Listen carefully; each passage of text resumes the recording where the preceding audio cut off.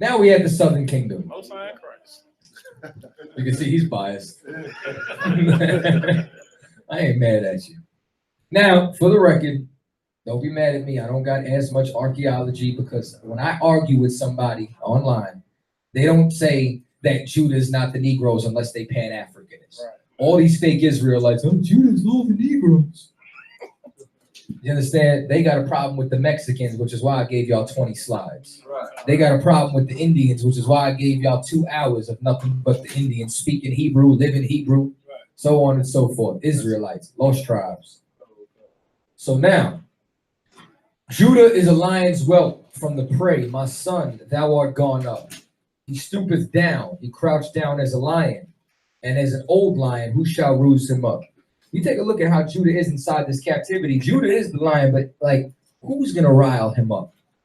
You know what it takes to get Judah to riot? Now, rioting's wrong. But you know what it takes for us to just not march and actually go and fight back against our oppressor? So I'll tell you who's going to rile them up. The I.S.U.P.K. That's you know right. what I'm saying? Under Commandant General YAHANNA. That's who's going to rile them up. We got no hope without this.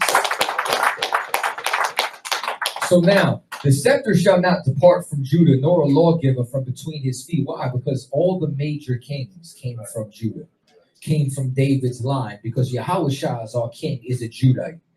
And it says, now until Shiloh come, meaning what?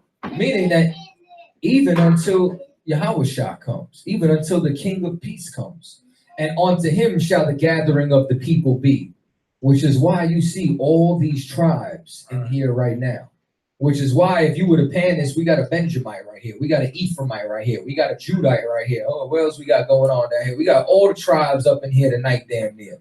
You understand why? Because we serve our King Yahushua. Because that's what was going to unite our nation back together.